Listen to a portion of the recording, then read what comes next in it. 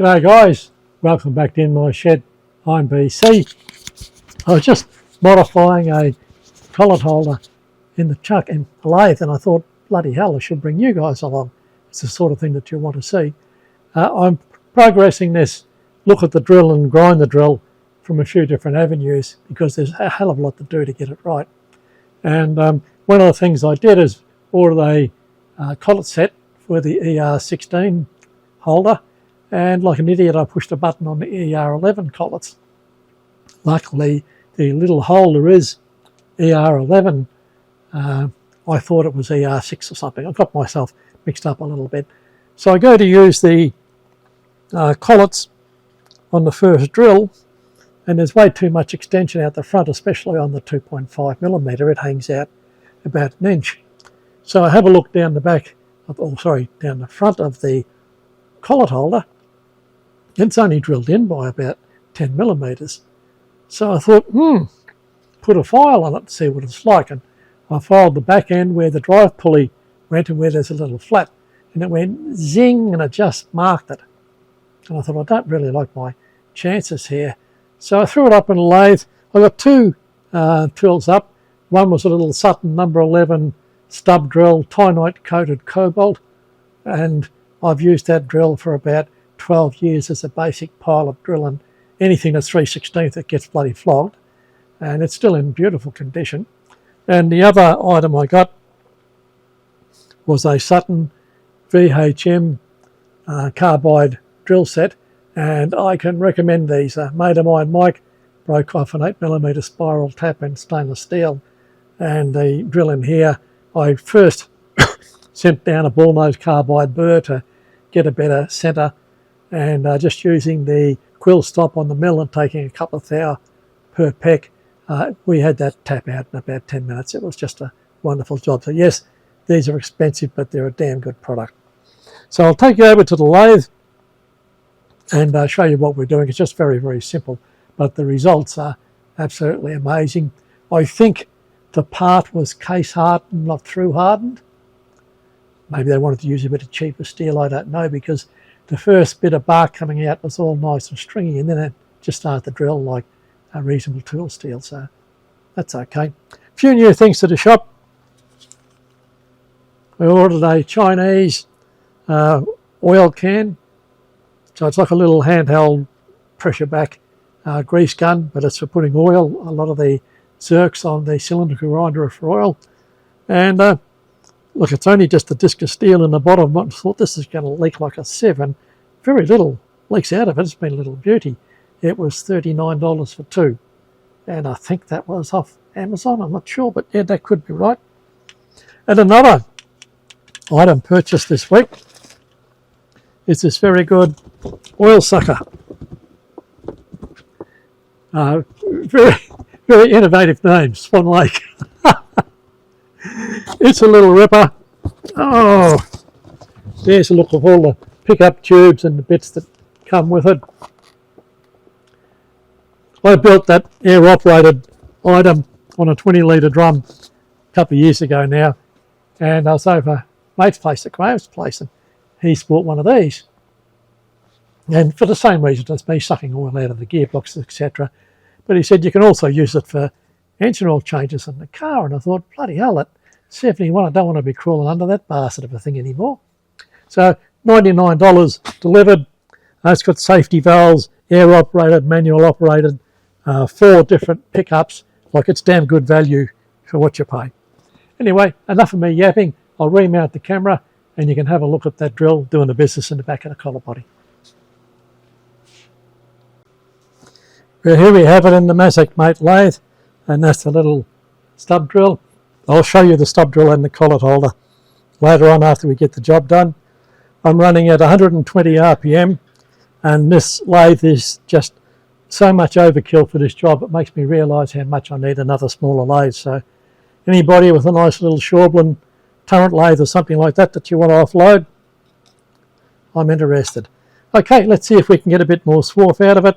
I've got to try and extend the drill, but I want to get a bit more of a hole in first because I think I'm going past the hard bit. Put the power on, young fella.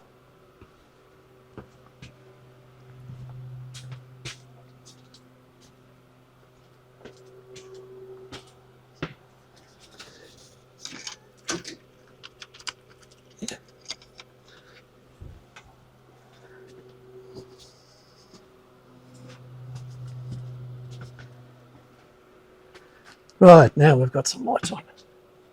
Let's see if we can get it to go. Yep.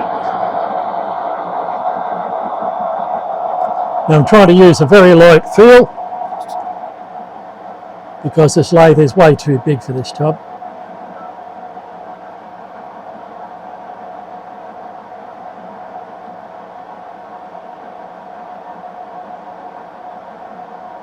There we are.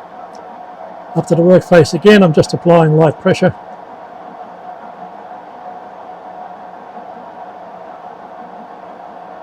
And it's still feeding in, it's doing a damn good job.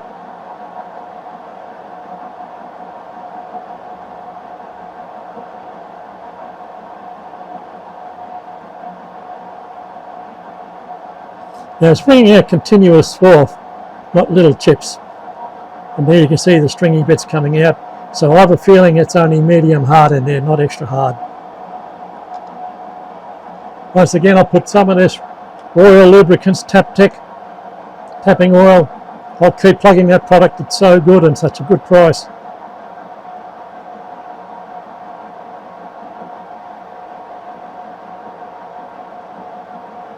Yeah, it's drilling quite easily now.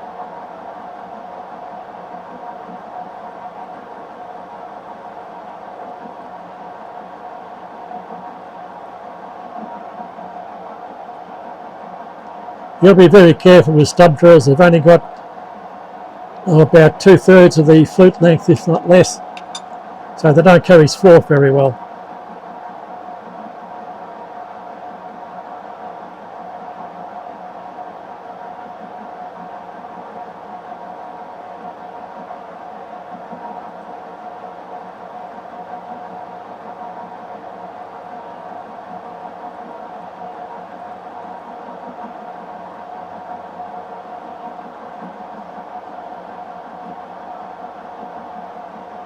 Now I'll bring that drill out a little bit further, see if I can't get a bit more depth out of it.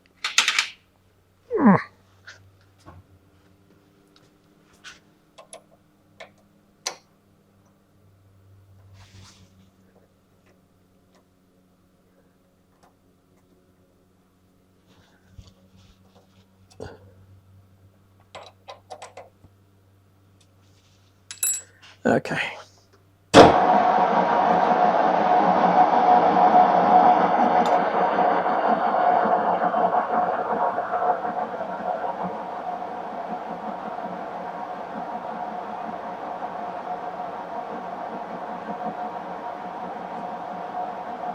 That feels like it's doing a good job there.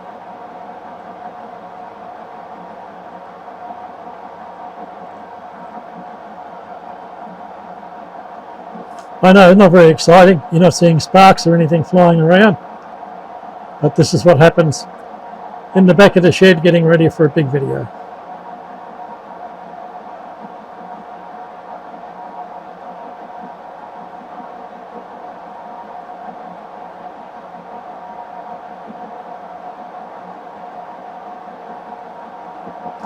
Oh, that's going very well.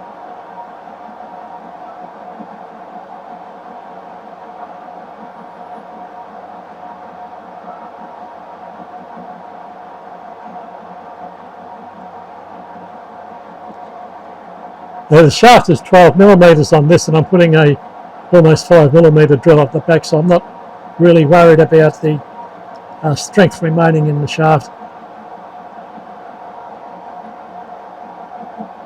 If I was going to turn a big mounted point, I would, but then why would you turn a big mounted point on a small quilt?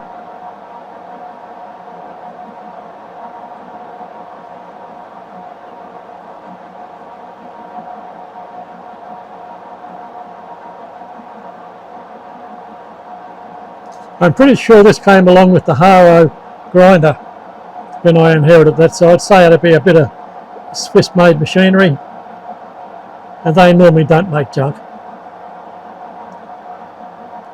During the week I saw an ad for, I think it was a Schneeberger small diameter drill grinder up to 1/4 inch from 1mm, the equivalent of 40,000 Australian dollars.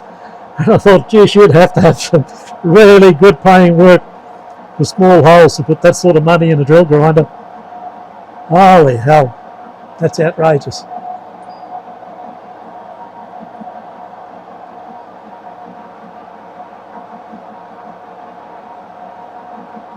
I had an offer of one second hand out of Europe, but they wanted €1,600 plus shipping, plus all the silly fees when you get it here, and I just can't justify it. So I'll have to battle along with what I've got. Time for a bit more gooey goo.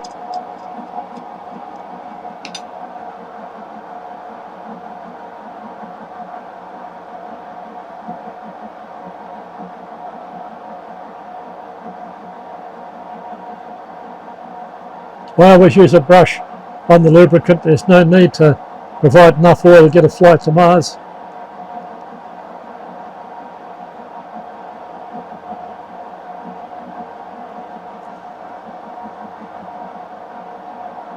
I think it was one of the old Clarkson books from back in the 1980s said all that's required is a vapor thin film.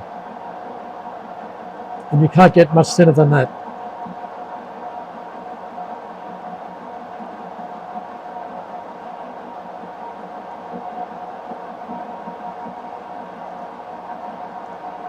And that's about all I'm brave enough to do.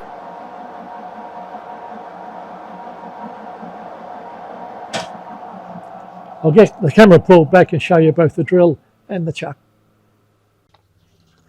Okay guys, that's the collet holder, and that's the extension with a 2mm drill, which is fairly close. I'm happy with that. Take that collet out, and that's the extension with a 2.5mm drill, which is a lot more rigid. I think we should be able to grind that without any chatter. Now I'll go and get a file, which I should have done before I started this simulated demonstration.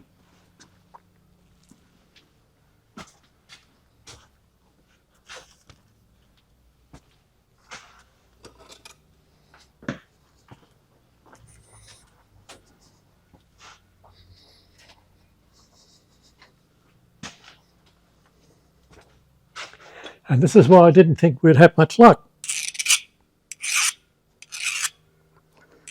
So it does put a little scratch on there, but very, very little. So I would say case hardened. The hole looks absolutely terrific in there.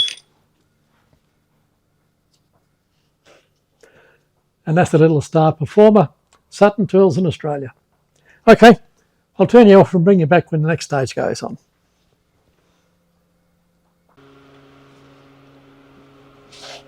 G'day there guys, progressing this along a little bit. I'm at a bit of a standstill waiting for some collets to come in for the ER16 chuck. So I've swapped my work around a little bit. And the seller doesn't provide what I would call good tracking advice.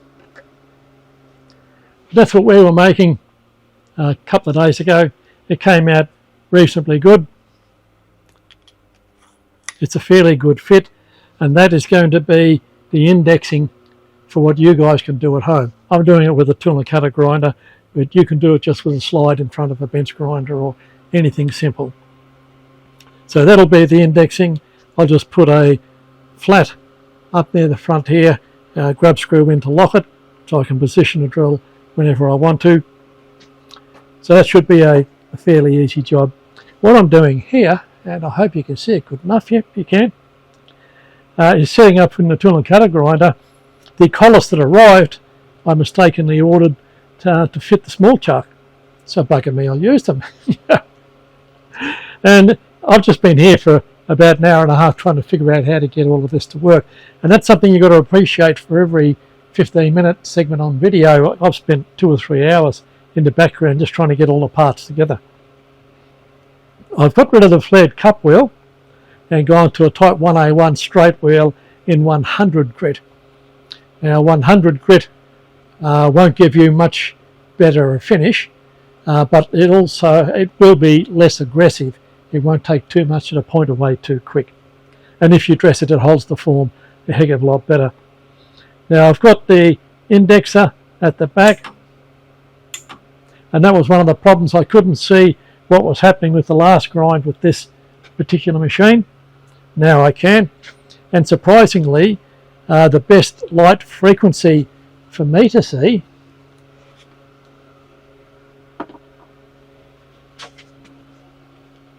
comes from a little Arlec work light. Nice and portable. You can bring it right up to the job, put the loupe on, have a bit of a squiz. You've got it done. It's bloody brilliant. Okay, setup was a little bit hard to put together.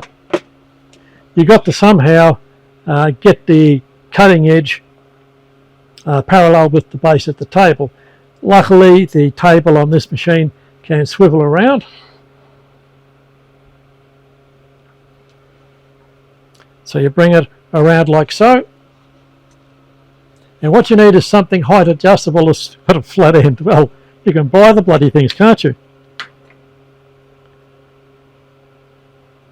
Put that under the tip of the drill, and that gives you a very, very good reference to set the cutting edge up. Put the magnifier up. Yes, the cutting edge not being ground, the other one is now parallel with the end of the square. Lock up your collet nut. While you're up against the stop, everything's timed. That works out to be reasonably easy to set. Now I'm going to be grinding these at 135 degrees to try and get a bit more life out of the cutting edge. So it's just a simple protractor set up to 22.5 degrees, and that gives me the upper table angle off the lower table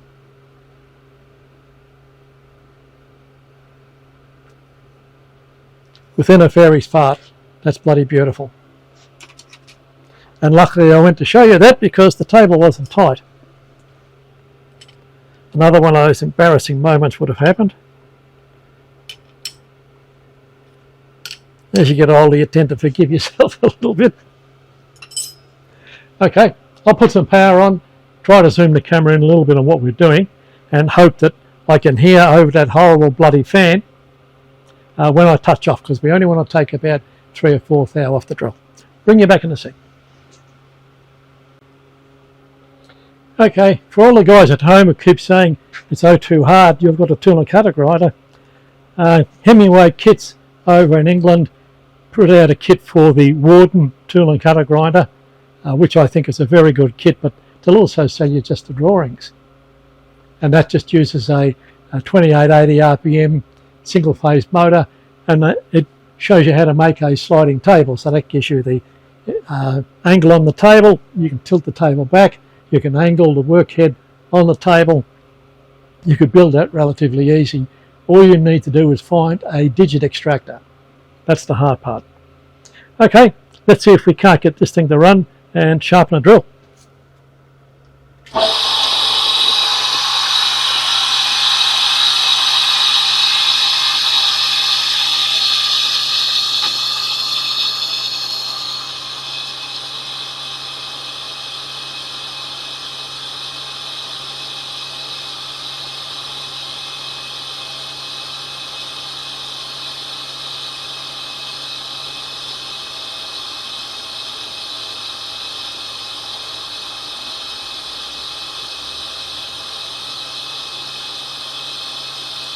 Yeah, touch off.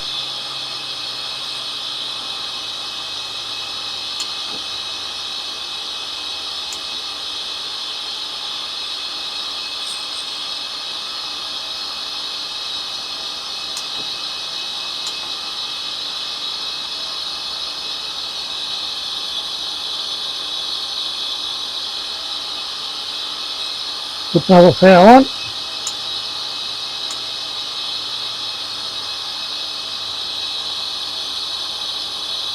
And another power.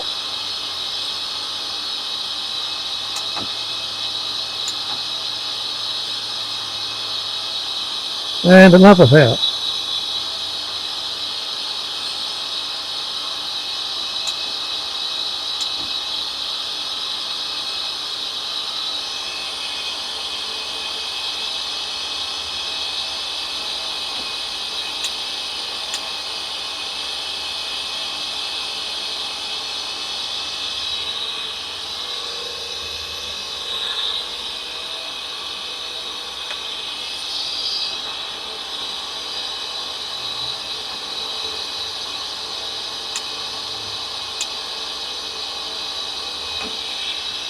No success.